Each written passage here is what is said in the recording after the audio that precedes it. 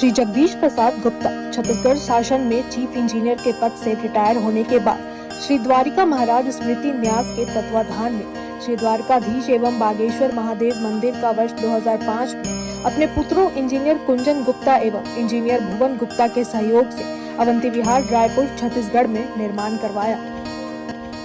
श्रीमद् भागवत कथा, राम कथा, गीता तत्व, वेदांत आदि के तात्पर्य को व्यासपीठ से कहने के कारण संतों द्वारा इन्हें आचार्य श्री जगदीश भी कहा जाता है। अपना संपूर्ण जीवन परमात्मा की सेवा में दिया। उन्होंने परमात्मा भगवान श्री द्वारिकाधीश के दिव्य गुणों और कर्मों को लेकर अभी तक 15 ग्रंथ लिखे हैं, जिन ग्रंथों को भारतवर्ष के जगत गुरु और महापुरुष संतों के द्वारा आशीर्वाद प्राप्त हुआ है। उनके ग्रंथ श्वेताश्वत रूपनिषद, सरलतम बोध के पंचम विचार, विद्या और अविद्या की विवेचना, इसका उद्बोधन सुन रहे हैं आप। शाश्वत रूपनिषद, सरलतम बोध का उद्बोधन सुन रहे हैं आप। ब्रह्मा जी का जो गर्भ, ब्रह्मा जी के अंतःकरण में भगवान ने वेद का ज्ञान भर दिया। ब्रह्मा जी चार मुखों का यही अर्थ है कि चारों दिशाओं में उन्हें वेदांत ज्ञान के रूप में साक्षात श्रीमन नारायण के ही दर्शन करना है और स्वयं को परमात्मा से अलग नहीं मानना है, आत्मयोनि मानना है। आत्मयोनि अर्थात स्वयं से हूं मैं, स्वयं से, स्वयं ही योनि हूं मैं, स्वयं स्वयं से उत्पन्न स्वयं हूं। तो इसलिए कह दिया कि आत्मयोनि। ध्यान दीजिए, आत्मयोनि। आत्मयोनि माने स्वयं से, कोई और आपका जन्मदाता नहीं है। आप खुद जो है, खुद ही जो है, अपने आप में आप पूर्ण हैं, आत्मयोनि है आप ही से सब चीज का स्मरण होता है। ध्यान दीजिए, श्रीमन नारायण का यही कहना है कि ब्रह्मा जी या कोई और कभी यह नहीं समझे कि उसे लोक रचना का कार्य करना है। कोई ना समझे कि उसकी रचना काम करना है। अरे वह तो नारायण का कार्य करता है, अरे वह तो नारायण की योग माया पहले से रच डालती है, इसे कर्म विपाक रहता है, पहले से रचा हुआ रहता है। तो केवल निमित्त का चयन ही भगवान करते हैं, किस जगह जाना है, क्या करना है। बस जैसे राजा अर्जुन को पुरुषोत्तम भगवान श्री ने कहा था, देखो राजा अर्जुन, तू महाभारत युद्ध के समस्त योद्धाओं को, जिसको जो मारा जा चुका है पहले से ही मेरे द्वारा, तुम केवल निमित्त बनो, केवल निमित्त बनो। और हाँ, एक बात और सुनो, तुम युद्ध करो न करो, तुम्हारे बिना भी ये युद्ध की लालसा वाले ये प्रतिद्वंदी सब मारे जाएंगे। भगवान बड़ा सुंदर, तस्मात् उत्तिष्ठ यशो लवस शत्रु जीत्वा भुंक्षम राज समृद्धम। भोजो राज समृद्ध, कोई समृद्ध राज्य को भोगो, भोग करो इसका। मया वैते नेता पूर्वम निमित्त मात्रम सब सच्चा। हे बाएं हाथ से बाण चलाने वाले केवल निमित्त बन, इसका चयन भगवान करते हैं, किससे क्या कराना है। सब काम पहले से रचित रहता है। इसको तो मैंने जीवन में महसूस किया, खुद देखा इस चीज को। फिर ध्यान आता, अरे ये कैसे हो गया, अरे सब भगवान रचे हुए थे, आपको बोध ही नहीं था। आज आप समझे कि भगवान ने आपका चयन किया था, इसलिए उनको गाना ही सार है। अब भगवान ने ब्रह्मा जी को समझाया कि देखो ब्रह्मा जी, मेरे ज्ञान से जो तुम्हारा चित्त भर जाएगा, मेरे ज्ञान से, और उस दर्शन को आधार बनाकर जब आप सृष्टि रचना करेंगे, तभी जीव समझ पाएगा कि भगवान समस्त भूतों में ऐसे व्याप्त हैं जैसे काष्ठ में अग्नि। मेरे उस दर्शन को आधार बनाइए आप कि प्रभु हर जगह व्याप्त हैं, अपरिछिन्न हैं, कहाँ नहीं है। तभी जीव समझ पाएगा कि उसका अंतःकरण, उसकी इंद्रियां, उसके गुण अन्य भूत प्राणियों से वह रहित होकर केवल श्रीमन नारायण से तादात्म्य रखता है, उनसे ही तद्रूप हो पाता है। भगवान श्रीमन नारायण ने ब्रह्मा से कहा, देखो ब्रह्मा जी, जितने भी कर्म किए जाते हैं उसका एक ही अर्थ है, मेरी खुशी प्राप्त करना, मेरी कृपा प्राप्त करना, मेरा प्रेम प्राप्त करना, मेरी प्रसन्नता प्राप्त करना। चाहे आप मूर्तिष्ठ पूर्त कर्म करो, चाहे आप इष्ट कर्म करो, चाहे तपस्या करो, चाहे यज्ञ करो, चाहे दान करो, चाहे योग करो, चाहे समाधि में जाओ, कुछ भी करो, आदि साधनों से प्राप्त परम कल्याणमय फल है वह मेरी प्रसन्नता ही है। पूर्ते न तपसा यज्ञै दानै योग समाधिना रादम्य श्रेयसाम पुंसाम मत प्रीति तत्वान्वितम। मत प्रीति ही तत्वम तत्वविद मतम। मेरी प्रीति जो है, मेरी प्रसन्नता ही उसका फल है। तत्व को जानने वालों का मत है कि भगवान की प्रीति इससे मिलती। अहम आत्मा आत्मना, मैं सब आत्माओं का आत्मा हूं। धाता प्रेष्टा सन प्रेयसाम अपी, और स्त्री पुत्रादि प्रियों का भी प्रिय हूं। प्रेयसाम अपी प्रेष्टा। अतो मयि रतिं कुर्या देहादिर्यत्कृते, अतः देहादि भी मेरे लिए प्रिय है, अतः मुझसे प्रेम करो, मुझसे प्रेम करना चाहिए। अतो मयि रतिं कुर्यात्, लव मी, मुझको प्यार करो भगवान। सर्वेदमये नेदमात्मना आत्मा आत्मयोनिना। हे ब्रह्मा जी, त्रिलोकी को तथा प्रजा इस समय मुझ में लीन है, उससे तुम पूर्व कल्प के समान मुझसे उत्पन्न हुए, अपने सर्ववेदमय स्वरूप से स्वयं रचो। सर्ववेदमया स्वयं इदम आत्मना, आत्मा आत्मयोनिना, स्वयं से रचना करो। प्रजा यथा पूर्व याश्चा मय अनुसेरते, जैसे तुम पूर्व कल्पना किया था तुमने मुझसे उत्पन्न होकर। इसका अर्थ क्या है? प्रत्येक कल्प में श्रीमन नारायण की नाभि से उत्पन्न कमल पर विराजमान चतुर्भुजी भगवान जी सर्ववेदमय स्वरूप है, वही श्री भगवान की आज्ञा से सृष्टि की रचना करते हैं। ब्रह्मा जी ने पुनः 100 दिव्य वर्षों तक तपस्या किया और भगवान की नाभि से निकले हुए कमल कोश में प्रवेश कर उस एक के ही 3 भाग किए कमल कोश। एक भाग बना भूलोक, एक भुआलोक, एक स्वालोक। ये तीनों ही लोग जीवों के भोग स्थान के रूप में शास्त्रों में वर्णित। भूलोक भोग स्थान है, भुआलोक अंतरिक्ष भोग स्थान है, और स्वालोक स्वरलोक भोग स्थान है। और जो निष्काम कर्म करने वाले हैं उनके लिए इसके ऊपर के 4 लोक हैं, महलोक, तपलोक, जंगलोक और सत्यलोक। ये 7 लोक हो गए भूलोक को मिलाकर ऊपर के, और 7 नीचे के लोग तब ब्रह्मा जी द्वारा निमित्त बनकर 14 लोग होते हैं। ब्रह्मा जी के द्वारा निमित्त बनकर की गई। इसके पश्चात 10 सृष्टि रचना ब्रह्मा जी द्वारा की गई। प्रथम सृष्टि के अंतर्गत क्या बना? महतत्व की सृष्टि नंबर 1, दूसरी अहंकार की सृष्टि नंबर 2, तीसरी भूतों की सृष्टि, पंच महाभूत जल पाव गगन समीरा, ये सब बने, पृथ्वी अग्नि जल वायु आकाश।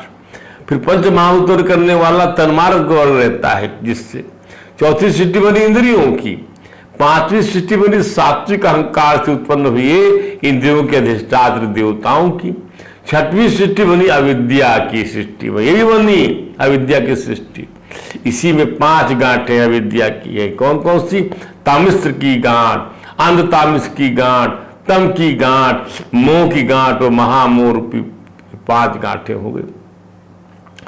ये जो 6वीं सृष्टि हुई अविद्या की, यह जीवों की बुद्धि का आवरण विक्षेप करने वाली है, ढक लेती है।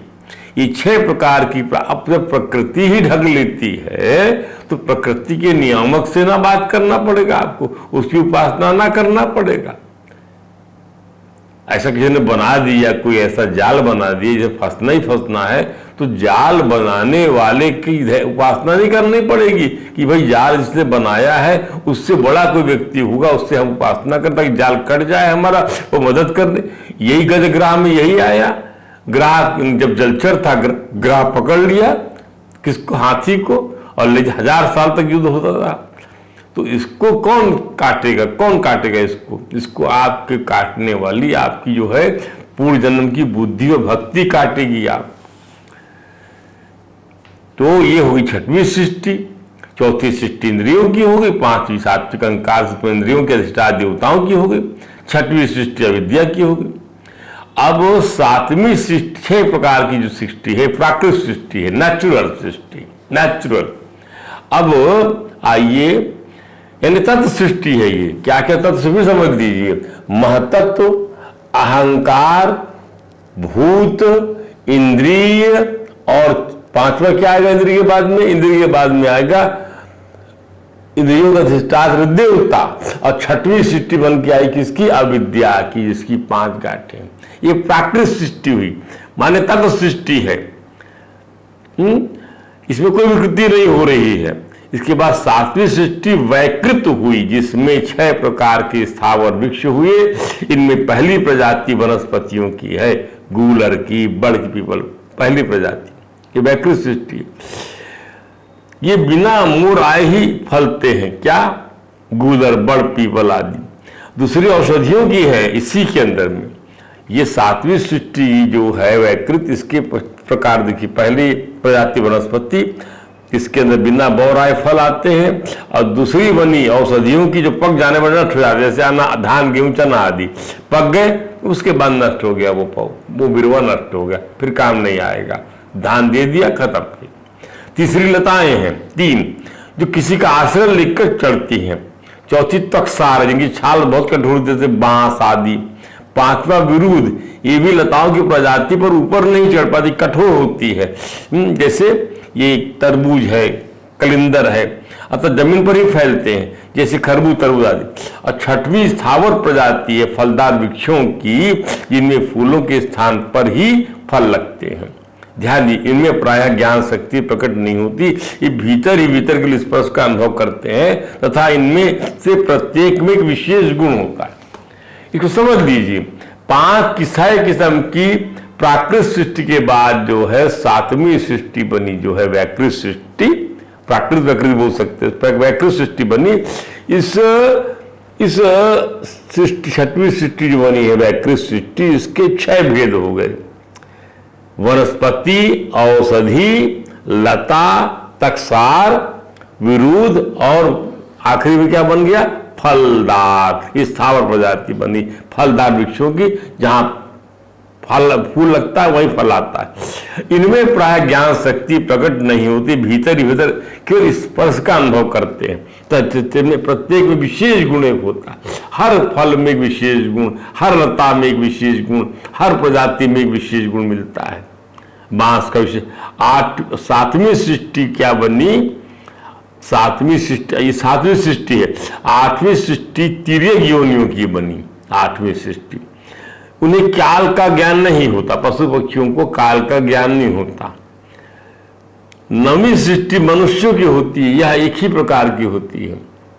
मनुष्य रजोगुण प्रधान, कर्म परायण और दुख रूप विषयों में ही सुख मानने वाला, ये स्वभाव मनुष्य का रजोगुण प्रधान, वासना से प्रभावित रहता है, इच्छा करता रहता है, ये चाहिए, ये चाहिए, ये कर्म परायण, उसके लिए रात दिन जुटा रहता है, और दुख रूप विषयों में ही, इस दुख रूप विषयों में सुख मानता है, इससे दुख होगा, वो सुख मानता है इसमें। 10वीं सृष्टि देवगणों की है, जिसे देव सर्ग कहा जाता है। इसमें राक्षस हैं, यक्ष हैं, किन्नर है, गंधर्व है, चारण है आदि। इस स्थावर सृष्टि, तिर्यक सृष्टि, मानव सृष्टि और देव सृष्टि, 4 वैकृत सृष्टियां हैं। स्थावर सृष्टि में हमने बताया आपको वनस्पतियां, तिर्यक सृष्टि में हमने बताया पशु पक्षी, और मानव सृष्टि में मनुष्य, और देव सृष्टि में इनको 4 को वैकृत सृष्टि कहते हैं। पहली जो है 6 प्राकृत और 4 वैकृत, 10 सृष्टि पर। इस प्रकार 6 प्राकृत और 4 वैकृत सृष्टि बनाया ब्रह्मा ने। देव सृष्टि में ही देवता, पितर, असुर, गंधर्व, अप्सराएं, यक्ष, राक्षस, सिद्ध, चारण, विद्याधर, भूत, प्रेत, पिशाच और किन्नर, किमपुरुष, अष्टमुख आदि 8 प्रकार के भेद शामिल। ये जो है देव सृष्टि। इनके अतिरिक्त सनत कुमार आदि ऋषियों का जो कौमार सर्ग है वो प्राकृत वैकृत दोनों प्रकार का है, प्राकृत और वैकृत दोनों प्रकार का। श्रीमद् भागवत में मैत्रेय ऋषि का कथन है कि सत्य संकल्प भगवान श्री हरि ही ब्रह्मा जी के रूप से प्रत्येक कल्प के आदि में रजोगुण स्वीकार कर स्वयं जगत के रूप में अपनी ही रचना करते हैं। क्या बात है, भगवान अपनी ही रचना करते हैं जगत के रूप में। ये हमने अपने ग्रंथ मुंडको सरलतम बोध में इसको लिखा हुआ है, वहीं से इसको हमने यहाँ पर भी कोट किया हुआ। इस प्रकार श्रीमन नारायण हरि ने ब्रह्मा जी की पहले उत्पत्ति किया और उन्हें को वेदों का ज्ञान कराया और इसी कारण उन्हें 10 सृष्टियों की रचना करने की योग्यता प्राप्त थी। इस प्रकार इस जगत में देव, पिता, मनुष्य, पशु, पक्षी, कीट, पतंग आदि जितनी भी योनियां हैं तथा प्रत्येक योनि में जो भिन्न भिन्न रूप आकृतियां हैं उन सबके और कारण रूप पंच सूक्ष्म महाभूत आदि समस्त तत्वों के एकमात्र अधिपति और ब्रह्मा के भी स्वामी एकमात्र पर ब्रह्म परमेश्वर श्रीमन नारायण हरि है। कारणोदक साई भगवान। ध्यान दीजिए, निर्गुण निराकार निर्विशेष ब्रह्म। पिछले मंत्र में सृष्टि रचना कैसे हुई और कैसे विलोम क्रम से उनका संहार करते हैं परमात्मा, इसको श्रुति किस प्रकार से कहा गया, आप कैसे संहारते। एषा देव अस्मिन् क्षेत्रैकैकं जालम बहुधा विकुर्वन् संहरति। भगवान श्री कृष्ण श्रीमद् भागवत महात्म उद्धव से कहते हैं, तमो रजा सत्तमिते प्रकृतिर्भवन गुणामया प्रक्षोभमाणाया पुरुषानुमतेन च तेभ्यः संभवत् सूत्रं महान सूत्रेण संयुतः ततो विकुर्वतो जातो अहंकारो यो विमोहना। अब देखिए, वैकारिकस्तैजश्चातामसश्चित्यहं तन्मात्रेन्द्रिय मनसाम कारणं चित्तन्मया अर्थस्तन्मात्रिका यज्ञे तामसादिन्द्रियाणि च तैजसाद देवतासन्नेकादश्च वैकृतात् मया संचोक्ता भावा सर्वे सहत्य कारणाः अंडमुत्पादयामा सूर्ममायतनमुत्तमम्। मैंने जीवों के शुभ अशुभ कर्मों के अनुसार प्रकृति को शुद्ध करके सत्व, रज और तम ये 3 गुणों को प्रकट किया। बार बार इसको समझने की आवश्यकता है, बार बार। भगवान के अलावा कुछ भी नहीं समझना है तो आपको इसको जो है समझ लीजिए, ये भगवान के विज्ञान को। इसी में भी भगवान ही है पूरे, कि वो शुद्ध किया प्रकृति को, उनकी ही बात कर रहे, प्रकृति की बात है। ये 3 गुणों को प्रकट किया जिससे क्रिया शक्ति प्रधान, ज्ञान शक्ति प्रधान देव सूत्र प्रकट हुए। क्या प्रकट हुए? ज्ञान शक्ति प्रधान क्रिया 2 सूत्र प्रकट हुए। तमो रजा सतमिति प्रकृत्य भवन गुणा मया प्रक्षोभमाणाया पुरुषानुमतेन च तेभ्यः संभवतः सूत्र मान सूत्रेण संयुताः। उससे जो है क्या हुआ, 2 सूत्र प्रकट हुए, क्रिया प्रधान और ज्ञान शक्ति प्रधान। तो क्रिया शक्ति प्रधान, ज्ञान शक्ति प्रधान सूत्र को महतत्व कहते हैं, महान ज्ञान शक्ति प्रधान है। और उसके बाद में जो है ये दोनों ही सूत्र, दोनों क्रिया शक्ति प्रधान और ज्ञान शक्ति, ये दोनों ही सूत्र परस्पर मिले हुए हैं, संयुक्त है। महतत्व में विकार होने पर अहंकार की उत्पत्ति होती है। यह अहंकार ही जीवों को मोह में डालने वाला है। ततो विकरोते जातो अहंकारो यो विमोहना। अहंकार से ही मनुष्य मैं और मेरा करने से वो जो है मुंह में पड़ जाता है। वैकारितस्तेजसश्चातामसश्चेयहं त्रिविध। और ये अहंकार 3 प्रकार का होता है। और अहंकार की विकृति से ही 5 तन्मात्रा माने शब्द रूप रस स्पर्श गंध और इंद्रियां मन की उत्पत्ति होती है। इसलिए वह जड़ चेतन व्यात्मक है। सत्व गुण से मन का बनता है, इंद्रियां रजोगुण से बनती है, उसकी देवता सतोगुण से बनते हैं। 5 तन्मात्रा जो है, तो जो 5 महाभूत जो होते हैं तामस होते हैं, उससे तन्मात्रा बनती है। उद्धव जी, तामस अहंकार से गंध, रस, तेज या रूप, स्पर्श और शब्द की उत्पत्ति होती, भगवान कह रहे हैं उद्धव जी को। फिर उन्हीं में और प्रकृति विकृति होने के फलस्वरूप गंध से पृथ्वी, रस से जल, तेज से अग्नि, स्पर्श से वायु और शब्द से आकाश महाभूतों की उत्पत्ति होती है। ध्यान दीजिए, तामस अहंकार से 5 तन्मात्रा गंध रूप रस स्पर्श गंध और उनमें फर्दर विकृति होने से गंध से पृथ्वी, रस से जल आदि, तेज से अग्नि और इस प्रकार से, और स्पर्श से वायु, शब्द से आकाश होता है। तीज रूप की चीजें। राजस अहंकार से 10 इंद्रियां उत्पन्न होती हैं और सात्विक अहंकार से मन और इंद्रियों के अधिष्ठान 11 देवता प्रकट होते हैं। ये सभी पदार्थ मेरी प्रेरणा से मिल जाते हैं और ब्रह्मांड रूपी यह अंड उत्पन्न हो जाता है। यह अंड ही मेरा उत्तम निवास स्थान, विराट पुरुष का उत्तम स्थान ये अंड है। अब यह अंड जल में स्थित हो जाता है। परब्रह्म परमात्मा श्री कृष्ण ही नारायण रूप से इसमें विराजमान हो जाते हैं। फिर इनकी नाभि से विश्वकमल की उत्पत्ति होती है। ध्यान दीजिए, ये अंड ही जल में स्थित हो जाता है अंडे के रूप में। ये सब आगे उसके अंदर घुसे हुए हैं। तब परमात्मा श्री कृष्ण नारायण रूप से इसमें विराजमान हो जाते हैं। गर्भोदकशाही हो गया यह अंड, कारणोत्शाही गर्भोदकशाही हो गया।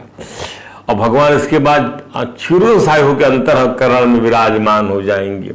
जो माता के स्तनों में दूध बनता है वो इसी का प्रतीक है। फिर उनकी नाभि से विश्वकमल की उत्पत्ति होती है, उसी ब्रह्मा जी का आविर्भाव होता है। तो वेद के अनुसार कपिलम ऋषि प्रस्तुतम अग्रे तम जायमानम पश्चित, अर्थात पहले उत्पन्न हुए ब्रह्मा को परमात्मा ही देखते हैं। तम ज्ञान ही विभर्ति चा, अर्थात उन्हीं ब्रह्मा को सब प्रकार के ज्ञानों से, दूसरे शब्दों में वेदों के सम्यक ज्ञान से पोषित करते हैं। सब प्रकार के ज्ञानों से, वेदों के सम्यक ज्ञान से पोषित करते हैं। ध्यान दीजिए, भगवान सम्यक ज्ञान है, उन्हीं के पास ज्ञान है, उन्हीं के ज्ञान से सब ज्ञानी है। ध्यान दीजिएगा, कोई ज्ञानी अलग से नहीं, उनके ज्ञान से ही सब ज्ञानी बने हुए हैं। और अपने आप में जो बोलते मैं ज्ञानी हूं, मैं ज्ञानी हूं, नहीं, प्रभु के ज्ञानी होने से उसके रूप में हम उनकी प्रजा के रूप में, सेवक के रूप में, भले वो हमको ज्ञानी कह दे। जैसे हनुमान जी, मैं सेवक रघुपति पति मोरे, सिद्धांत को मत भूलिए। हनुमान जी महाराज की उक्ति कभी मत भूलिए। अस अभिमान जाए जनु मेरा, ये अभिमान कभी ना जाए, कभी ना भूलूं मैं कि मेरे स्वामी है श्री राम, मेरे स्वामी है भगवान, मेरे स्वामी है श्री कृष्ण, मेरे स्वामी है श्री शंकर, मेरी स्वामी है माता जी। कभी मत भूलिए, सेवक भाव रखिए आप, आपका सब काम हो जाएगा साहब, सब काम जो करना चाहे संसार का और इतर संसार का भी।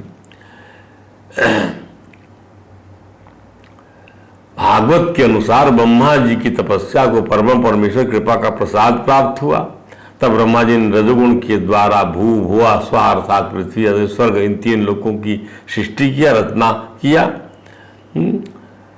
और देवताओं के निवास के स्वर्लोक, भूत प्रतादि के लिए भूअर लोक, अंतरिक्ष और मनुष्य आदि के लिए भूलोक बनाया। इन तीनों लोगों के ऊपर बाहर लोक, तपलोक, जल लोक, सतलोक बनाए गए। ये लोग सिद्धों के निवास स्थान बनाए गए, सिद्ध लोग रहते हैं इन चारों लोकों में।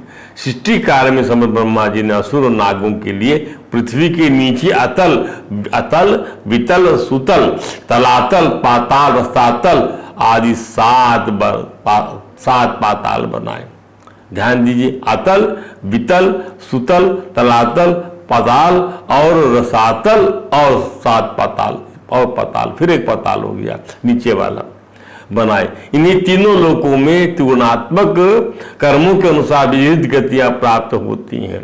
तीनों लोकों में स्थान बने हुए त्रिगुणात्मक योग, तपस्या और संन्यास के द्वारा महर लोक, जन लोक, तप लोक, सत योग से, तपस्या से और संन्यास से क्या मिलेगा? महर लोक, जनलोक, तपलोक और सत्यलोक। अब भक्ति योग से श्रीमन नारायण श्री कृष्ण का परम धाम मिलता। परम धाम इनसे नहीं मिलता, योग तपस्या संन्यास से यहां तक लाते हैं। उसके आगे की प्रक्रिया भक्ति के द्वारा ही संपन्न होती है। ये सारा जगत कर्म और संस्कार उनके संस्कारों से युक्त है, जिससे आदि और अंत जो है वही बीच में भी है और वही सत्य है। विकार तो केवल व्यवहार के लिए की हुई कल्पना मात्र है। विकार व्यवहार के लिए की हुई कल्पना मात्र है। शरीर विकार है और यह व्यवहार की कल्पना मात्र है।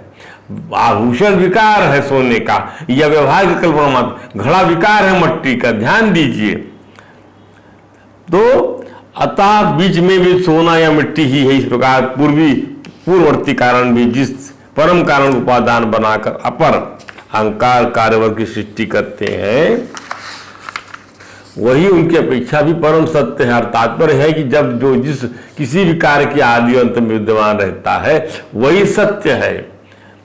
सत्य कौन है? जो आदि और अंत में विद्यमान है। सोना, आभूषण गला दीजिए, सोना। मट्टी गला फूट जाए, मट्टी, आदि में वही है, मट्टी लाए और अंत में मट्टी बन गया, तो सत्य क्या हुआ? मट्टी। इस प्रकार से भगवान श्री कृष्ण समझाया उद्धव को, क्या समझाया कि हे उद्धव कि जो उसमें लीन होगी प्रक्रिया यह है कि प्राणियों के शरीर अन्न में, ध्यान दीजिए, अब ये लय होने की प्रक्रिया बता रहे हैं भगवान। प्रकृति यस्सोपादानम आधारा पुरुषा परा सतव्यंजका कालो ब्रह्म तत्तयम त्वहम सर्गा प्रवर्तते तावत पौर्वा पर्येण नित्यसाहा। अब प्राणियों के शरीर अन्न में चले, अन्न बीज में चला गया, प्राणियों के शरीर मट्टी और अन्न में चले गए, अन्न बीज में चला गया, बीज भूमि में गया, अब भूमि गंध तन मात्रा में लीन हो जाती है। भूमि काय से पैदा हुई? गंध तन मात्रा से, उसमें लीन हो गई। तो प्राणियों के शरीर गंध जल में, जल अपने गुण रस में, ध्यान दीजिएगा, शरीर अन्न में, अन्न जो है बीज में, बीज भूमि में और भूमि गंध तन मात्रा में। शरीर अन्न में, अन्न बीज में, शरीर अन्न में, अन्न बीज में, यही क्रम बनता है। शरीर अन्न में, अन्न बीज में, बीज जो है भूमि में और भूमि गंध तन मात्रा में। अब गंध अब उठाइए गंध जल में, गंध जल में अब जो गंध तन मात्रा में लीन हो गया, अब जो गंध बची, गंध बच गई तो गंध जल में घुल गई और जल अपने गुण रस में लीन हो गया, रस तेज में माने अग्नि में और तेज रूप में लीन हो गया, तेज जो है रूप में लीन हो गया, रूप वायु में, वायु स्पर्श में, रूप बचा वायु में चला गया, वायु स्पर्श में, स्पर्श आकाश में और आकाश शब्द में तन्मात्रा में लीन हो जाता है। इंद्रियां अपने कारण देवताओं में और अंततः राजस अहंकार में समा जाती हैं।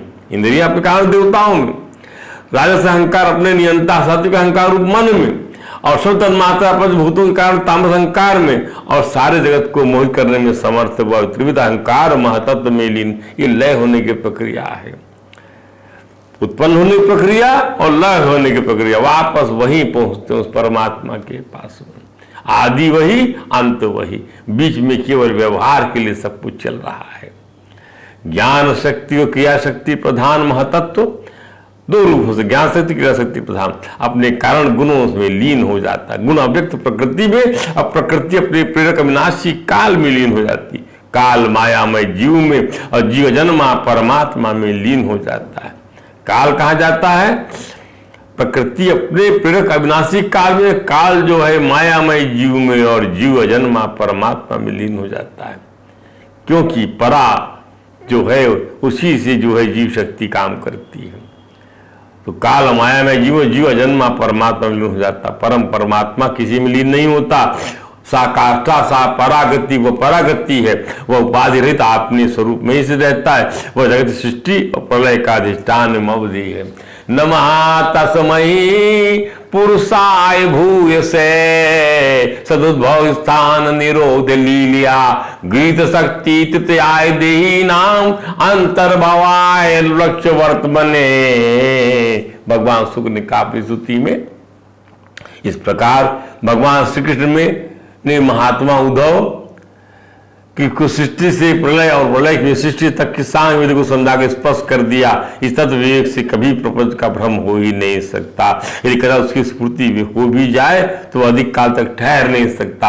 अरे क्या सूर्योदय होने पर भी आकाश में अंधकार ठहर सकता है? परमात्मा कार्य कारण दोनों का साक्षी है। यही सत्य श्रुति के द्वारा उद्घाटित होता है और हुआ है। परमात्मा इस ज्ञागत रूपी क्षेत्र में सृष्टि के समय एक एक जाल को अर्थात महतत्व आदि और आकाश आदि पंच महाभूतों को अपनी प्रकृतियों को बहुत प्रकार से विभक्त करके प्रत्येक प्रकृति को भिन्न भिन्न रूप नाम शक्तियों से युक्त करके 10 प्रकार सृष्टि का निर्माण करते और स्वयं ही प्रलय काल में उन सबका संहार कर देते हैं। जैसा कि हमने बताया, इसको निरोध बोलते हैं। वे महामना परमेश्वर पुनः सृष्टि काल में पहले की भांति समस्त लोग को उनके अधिपतियों की रचना करके स्वयं उन सबके अधिष्ठाता बनकर उन सब पर शासन करते हैं। हमने यहाँ इन श्रुतियों की विवेचना के लिए उद्धव गीता में से परात्पर परम योगेश्वर भगवान श्री कृष्ण के अद्वैत ज्ञान का आश्रय लेकर सर्वसार ग्रंथ विवेचना करने का प्रयास किया। सृष्टि का निर्माण करते हुए संसार संहार करते हुए भी परमात्मा भोक्तृत्व कर्तृत्व भाव से परे है। क्या बात है! सब कुछ इतना बनाते हैं ठाकुर जी, इतना लीन करते हैं, पर कहीं पर भी कर्तापन और भोक्तापन का भाव नहीं आता, और जीव में आता है। ये बड़ी अजीब सी बात है। तो जीव क्यों नहीं समझ पाता ज्ञान दृष्टि से कि भाई मुझे छठवीं किस्म की जो अविद्या प्रकृति है उससे मुझे उबरना है, और केवल परमात्मा जो नियामक है वही उबार सकेगा। ध्यान दीजिए, तो सृष्टि का निर्माण करती है, क्यों नहीं आता? उदाहरण दिया गया, यथा प्रकाशयति एकः कृष्णम लोकमिमं रवि स्वाम। संपूर्ण लोगों को एक सूर्य ही प्रकाशित करता है। यथा प्रकाशयति एकः कृष्णम लोकमिमं रवि क्षेत्रम क्षेत्री तथा। समस्त क्षेत्र को एक क्षेत्री एक वशी प्रकाशयति भारताम। ध्यान दीजिए, तो साग्रहित बात यह है कि स्वामी राम सुंदर जी ने कहा कि सूर्य दृश्य मात्र संपूर्ण जगत को प्रकाशित करता है। सूर्य के प्रकाश में ही संपूर्ण शुभ अशुभ क्रियाएं होती हैं, पर सूर्य न तो उन क्रियाओं का कर्ता बनता है और न भोक्ता ही बनता है। सूर्य से सीखिए, भगवान का पहला जो है गीता का शिक्षार्थी सूर्य ही तो है। ऐसे ही परमात्मा स्वयं संपूर्ण लोगों के सब शरीरों की सत्ता स्फूर्ति देता है, पर वास्तव में स्वयं न तो कुछ करता है और न लिप्त ही होता है। अर्थात उसमें न कर्तृत्व आता है न भोक्तृत्व आता है। तात्पर्य यह है कि स्वयं परमात्मा देव में प्रकाशकत्व का अभिमान नहीं है, तभी तो वह वरेण्य है। ब्रह्म ज्ञान के लिए इस महत्वपूर्ण निष्कर्ष को हम इस प्रकार समझ लें, अरे करने की जिम्मेदारी तो उसी पर होती है, परमात्मा पर। जो कुछ कर सकता है, जैसे जितना कितना ही चतुर चित्रकार हो, बिना रंग तुलिका आदि के वह चित्र नहीं बना सकता। ऐसे ही पुरुष माने चेतन बिना प्रकृति की सहायता से कुछ नहीं कर सकता, अतः उस पर कुछ करने की जिम्मेदारी हो ही नहीं सकती। ये सबका अनुभव है कि हम शरीर के बिना कुछ नहीं कर सकते, इसलिए कुछ ना कुछ करने में शरीर का उपयोग है। अगर हम कुछ भी ना करना चाहें तो शरीर का क्या उपयोग है? कुछ भी उपयोग नहीं। अगर हम कुछ भी देखना ना चाहें तो आँख का हमारे लिए क्या काम आई? कुछ भी सुनना ना चाहें तो काम क्या उपयोगी है? स्थूल क्रिया करने में स्थूल शरीर काम आता है, चिंतन ध्यान करने में सूक्ष्म शरीर काम आता है, स्थिरता समाधि में कारण शरीर काम आता है। ध्यान दीजिए, समाधि और व्युत्थान दोनों कारण शरीर में होते हैं। कारण शरीर से समझ विच्छित होने पर सह समाधि अथवा साझा अवस्था होती। तो सार क्या निकला? अगर कुछ ना करें तो तीनों शरीर हमारे क्या काम आएंगे? यदि हम चिंतन और ध्यान ना करें तो हमारे शरीर काम नहीं आया, और हम जो है ध्यान समाधि न करें तो हमारे ये कारण शरीर काम नहीं आया, और हम कुछ भी ना करना चाहें तो शरीर से देखना चाहें तो हमारे न सुनना चाहें तो हमारी शरीर काम नहीं आया। तो शरीर और उसके द्वारा होने वाली क्रियाएं संसार के ही काम आती हैं। हमारे क्या काम आई? स्वयं के क्या काम आई? संसार के काम आई। हमारा स्वरूप चिन्मय सत्ता मात्र है, हमारे लिए कुछ काम नहीं आई, संसार के लिए काम में आई। अतः उसके लिए शरीर और क्रियाएं कुछ काम नहीं आती। चिन्मय स्वरूप के लिए, सत्ता के लिए, चिन्मय सत्ता मात्र में कोई कमी नहीं आती, वो सर्वथा पूर्ण है। अतः हमारे को अपने लिए कुछ नहीं चाहिए, पूर्ण है। जो कुछ चाहिए संसार के लिए चाहिए। चिन्मय सत्ता के सिवा दूसरा कोई है ही नहीं, क्योंकि सत्ता एक ही हो सकती है, दो ही सत्ता हो सकती नहीं। ये जो निर्विशेष निर्गुण निराकार ब्रह्म का स्वरूप है। शक्तियों की बात करना प्रभु की, तो सगुण साकार सभी विशेष में आपको आना पड़ेगा, अवतार में देखना पड़ेगा उसको, भगवान कृष्ण के रूप में देखना पड़ेगा उनको। अतः हमारे को किसी साथी की जरूरत नहीं है। इस प्रकार न तो क्रिया के साथ संबंध हो कर्तापने का, हम करेंगे तो कर्तापन बनेगा, ना प्राप्त वस्तु के साथ संबंध हो कामना का, और न प्राप्त वस्तु के साथ संबंध हो ममता, प्रकृति के साथ तादाद में नहीं हो रहेगा। ध्यान दीजिए, हमें कुछ नहीं चाहिए, हम तृप्त हैं अपने आप में। क्या बात है! प्रकृति से तादाद में न रहने पर प्रकृति में क्रिया तो रहेगी, पर कर्ता भोक्ता कोई नहीं रहेगा। हमारा परमात्मा से तादाद में हो जाएगा, उसी को अपना वर्ण बनाकर हम भी अपनी प्रकृति को वश में कर पाएंगे। श्रुति उसके स्तवन गान से हमारे स्वयं का आवाहन करती है। अब हम श्वेता स्वरूपनिषद का 5वां मंत्र लेते हैं। यत् स्वभावं पदति विश्वयोनि पाच्यांस सर्वान् प्रणामयेद यः सर्वेतद् विश्वोदिते को गुणाः सर्वान् विनियोजयेत यह विश्व योनि च, जो सबका परम कारण है, यह विश्व योनि च, सबका परम कारण है। और स्वभावम पचती, तत्वों की शक्ति रूप स्वभाव को अपने संकल्प रूप से पकाता है, तत्वों की शक्ति रूप स्वभाव को। च तथा यह सर्वान पाच्यान परिणामयेत, जो समस्त पकाए जाने वाले पदार्थों को नाना रूपों परिवर्तित कर देता है। यह एका सर्वान गुणान विनियोजयित, जो अकेला ही समस्त गुणों का जीवों के साथ संयोग कराता है। तथा एतत् सर्वम विश्वम अधितिष्ठति, समस्त विश्व का शासन करता वही परमात्मा है। फिर कहा आगे अगली श्रुति फिर कहती है, तद्वेद गुह्योपनिषत्सु गूढ़ं तद ब्रह्मा वेदेत ब्रह्म योनिं ये पूर्व देवा ऋषयश्च तद्विदु ते तन्मयामृता वै बभूः।